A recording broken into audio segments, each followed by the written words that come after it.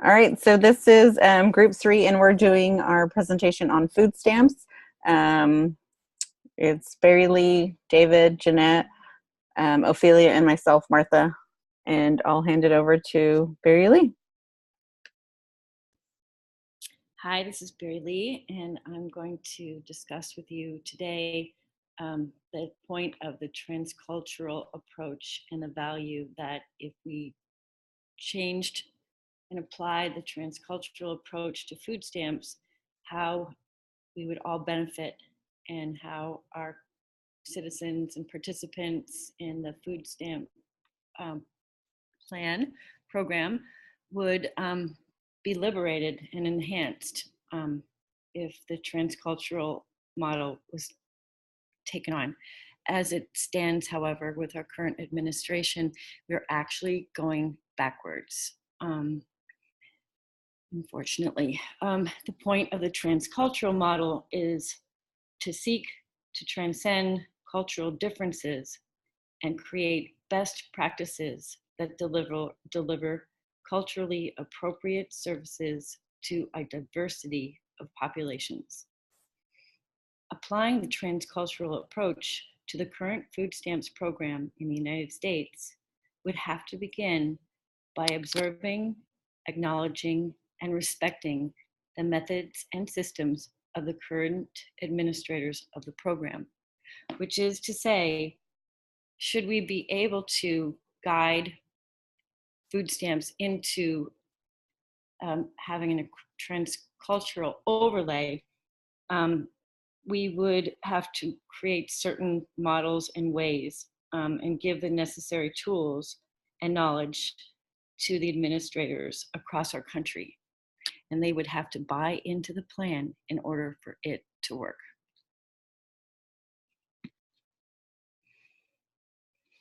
Continuing on in that vein, we all recognize change doesn't happen overnight.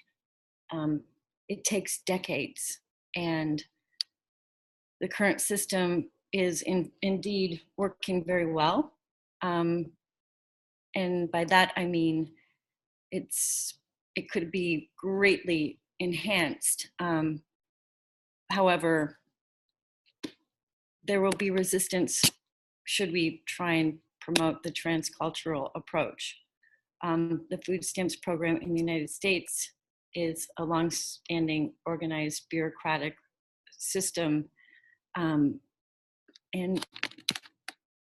all I can say is what's going to happen next if Trump's way comes about with the American Harvest Box, it will definitely do a big disservice to our nation's working poor.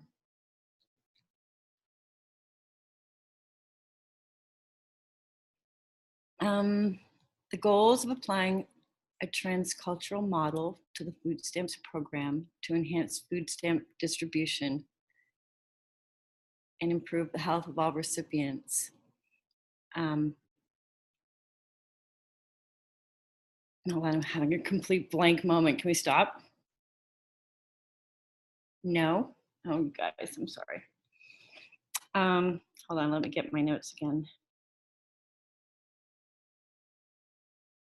Okay, well, just forgive me for this one.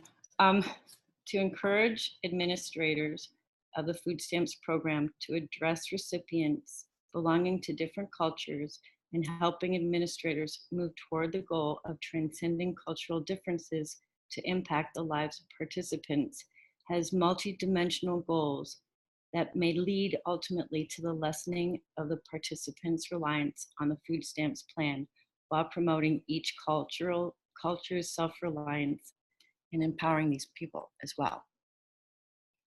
And I've written out in detail here in the fine print that there are challenges and difficulties of transitioning in any system. And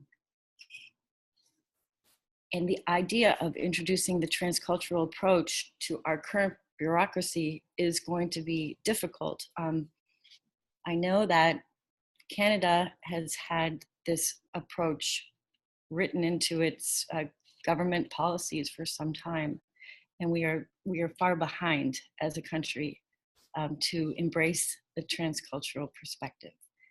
And as we are all social worker students here, I know that we believe in it ourselves, and that's why we're here.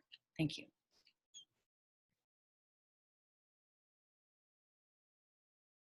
Okay, so next I'm going to be going over some of the goals of SNAP. Um, so close to 70% of the SNAP participants are families and children. Some of the primary goals are overall reducing hunger, reducing food insecurity, children's health, and increasing the survival rate of low-weight infants, so premature babies. Over the past about 10 years, they've also added like more responsibilities, what they want SNAP to accomplish. And so obesity is one of the biggest things, especially in the school system. And I'll kind of get into that in a little bit of how they all kind of have a shared responsibility under one source of income. For food stamps, WIC, National School and Lunch Breakfast Program, they all have a combined budget of only $100 billion between the four. So for school-age children, it's to promote healthy food and food consumption.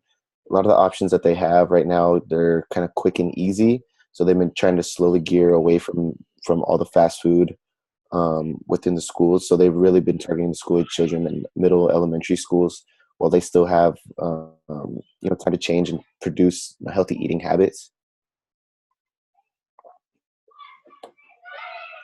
This is the payoff. I couldn't find an updated chart, but this is of 2012, just to kind of gauge the progress of what food stamps has been able to accomplish throughout the years. So at the top, it says, when counted as income, SNAP lifted a record of 4 million people out of poverty in 2012. So when it was, in 1995, you can see it was only at 2 million. And then in 2000, about 800,000 people. And then from 2010, 11, and 12, it's already at 4 million people that are out of poverty. So it's paying pretty big dividends already in comparison to what some of the other programs have been able to accomplish with such a small budget, and especially in terms of who they're trying to attack in school-age children. As far as eligibility, so unlike most means tested benefit programs, they're restricted to particular categories of low-income individuals. So SNAP or food stamps is broadly available to almost all households with low incomes. Some of the rules and benefit levels are, for most, they set a federal level, and it's pretty uniform across the nation. So from state to state, it may vary slightly, but for the most part, they're pretty common. So it's kind of it's tailored to fit each state a certain way, and then the value of the household also plays into that. So if you're living in California and the cost of food is different, it's going to be different than if you're living in Ohio and it's the cost of living. Everything is taken into consideration. So how much you make, how much the cost of the food is, and then how much the household makes as well. So its gross monthly income is generally at or below 130% of the poverty line. So 2,213. So it's about 26 grand a year for a 3-person family in a fiscal year, 2018. So it's pretty low. The households with the elderly or disabled members usually meet this limit. For monthly income or income after deductions are applied for items such as like high housing costs and childcare, must be less than or equal to the poverty line. For just a couple people that are kind of disqualified right off the bat. So in terms of strikers, college students, certain legal immigrants, they're typically not eligible for SNAP, and undocumented immigrants are not also. Most unemployed childless adults, are limited to 3 months of benefits unless they are working at least 20 hours per week or participating in a qualifying workfare or job training program. And there's estimated around 500,000 people lost benefits over the course of 2016. So that's a lot of people that are losing benefits that probably desperately need them. And this is kind of just a quick little idea of how it kind of breaks down for your monthly income. And then, like I said before, as it goes up per household, there has to be a certain amount being made or not being made for you to receive some of these benefits. These are all pretty low. So if you're barely above some of these numbers, you're going to be having to resort to some tough decisions in the household. Even the people that are receiving them, they're already dishing out money out of their own pocket in order to make ends meet and be able to feed their family. So yeah. I'm going to be talking about the administration part. So SNAP benefits are administered by the U.S. Department of Agriculture and the state governments. SNAP benefits first began as a pilot program to help individuals during the Great Depression to ensure that these individuals were able to secure food. The purpose of SNAP is to allow low-income households to obtain nutritious diet and avoid hunger and malnutrition. Democrats had initiated and received political credit for the food stamp program in 1964 when it was first enacted. A little bit of background to the administration. The Liberal Democrat Senator George McGovern had convened hearing in the late 1960s on concerns of nutrition and hunger in the U.S. McGovern only addressed a small portion of hungry Americans. Food stamps came in about 1964. The Department of Agriculture paid the entire cost of food stamps. Several amendments throughout the years expanded funding and established eligibility standards. Nixon came in the 1970s and transformed food stamps from a welfare program to a program used by the working poor. So here's a little graph you can see of how food stamps were given and the status. So the food source, the low food security, and the very low food security. And this is the percentage.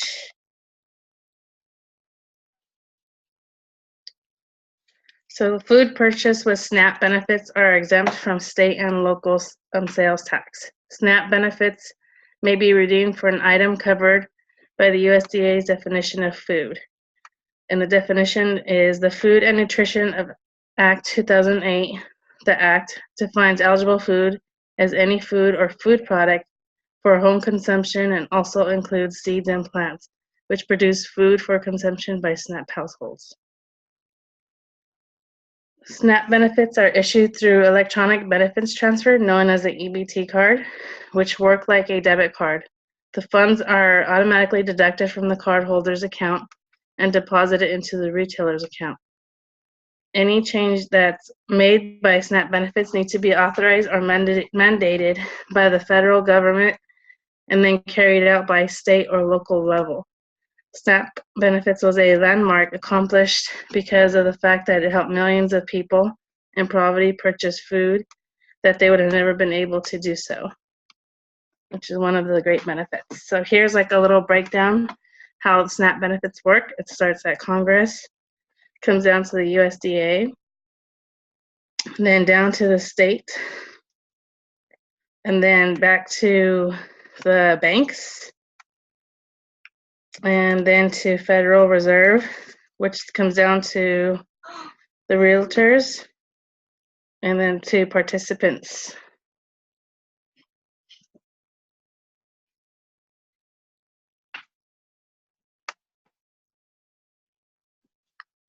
All right, and I'm going to talk about the financing of it. And when I was researching, on the USDA website, they have a lot of these kind of sheets that are information. I put this one on there as a reminder that because the professor talked about having handouts, but on the USDA website, they have like 30 flyers that you can print out that are kind of information like this that you can have in an office for clients to kind of help sum up the benefits or how to get them or where to get them. So, and I just like this one because it kind of just highlights some of the main points about it. And then looking at the next slide, so looking at financing, so the USDA finances several of the programs that my classmates talked about. But SNAP is the largest nutrition assistance program funded by the U.S. Department of Agriculture, which makes sense because 1 in 7 U.S. residents uses SNAP. 100% of the benefits are paid for by the federal government.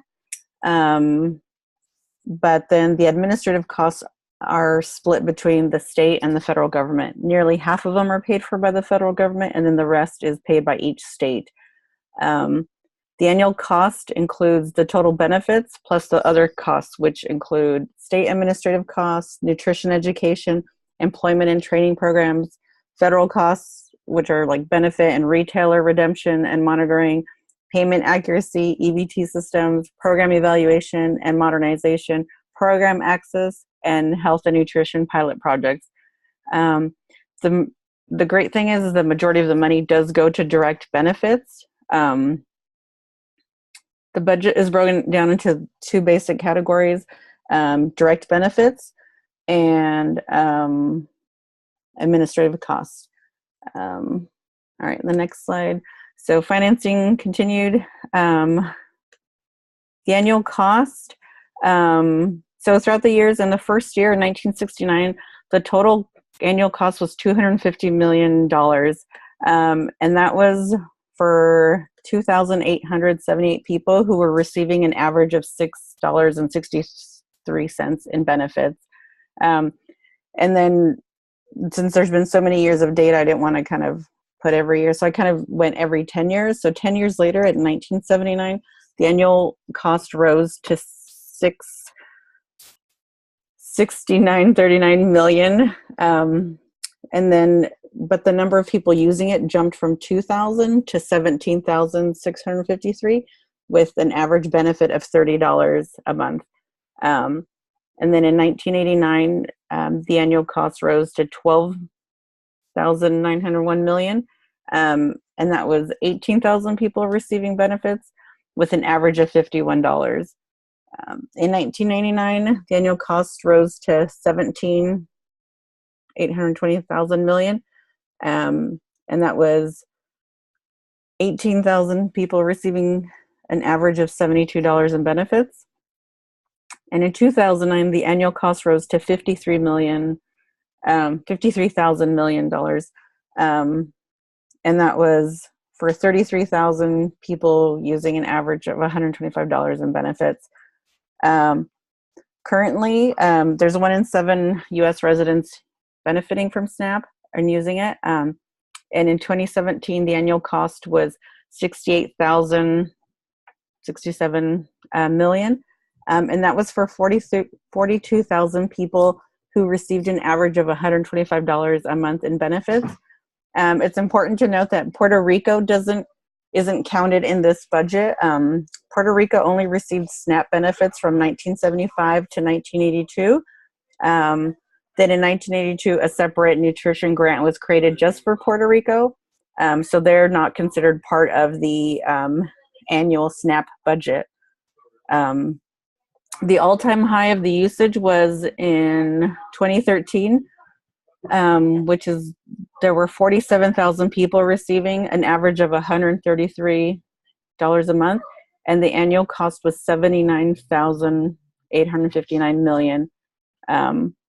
So that was the all-time high, and then the all-time low was the first year that it started in 1969. All right, next slide. So the future of the financing, like Barry Lee talked about, our current administration has proposed budget cuts that would greatly affect SNAP. The proposed budget cuts would take effect in the 2019 fiscal year. So the future is that Trump is proposing to cut SNAP's funding by almost 30%, which is about a $213 billion cut. It would also be saving $129 billion by cutting half the monetary benefits and providing the USDA foods package, which Barry Lee talked about the boxed food that they're giving to families. And then it would also be cutting an additional $80 billion because it would cut benefits to 4 million people. So it would be cutting in 2 ways, by the funding, but then by cutting benefits. All right, the next slide, please. And then also a big thing I realized, I learned when talking about the future budget is that the cost shift was going to change. So the way that Trump is writing the new budget, he's making it so that he's shifting the cost of SNAP from the federal budget to the states. And the plan is to go over for the next 10 years. So in 2020, that would be like a shift of 10%. And then by 2023, 25%.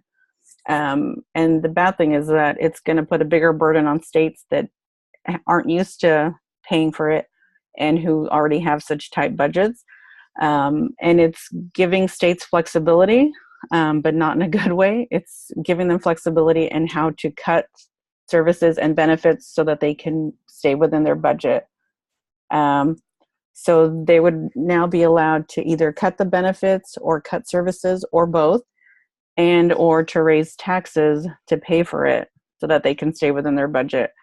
So it's looking at about an increase of $17 billion costs to states annually. And it's a lot, it's putting the burden on states by saying that they have to manage their costs. And an example of like what that would look like is looking at Texas, which is one of the bigger states. For them, it would be a 1.3 billion cut, which is the equivalent of having 64,000 state teachers lose their jobs. So that kind of helped me have some perspective of what kind of a cut that would mean to the big states. And so for them to either have to cut other benefits or to cut the SNAP program. And then it would also, the increase of the SNAP spending to states would also be in addition to the increase in other parts of Trump's budget. So other parts of his budget are also going to fall to the states. So states are going to have to try to manage the budget cuts for SNAP and the burden of it, but then also other programs that he's now shifting to them. All right, the next slide. So one of the things I noticed is that the cuts are set not just for the next year, but for the next like decade. And so here's kind of some of the big areas that are he's proposing to cut. And so you can see like for the low and income moderate programs like SNAP, it's a 1.2 trillion over the next 10 years. So, and that's it for finance. Oh wait, sorry, no, it's not. I lied.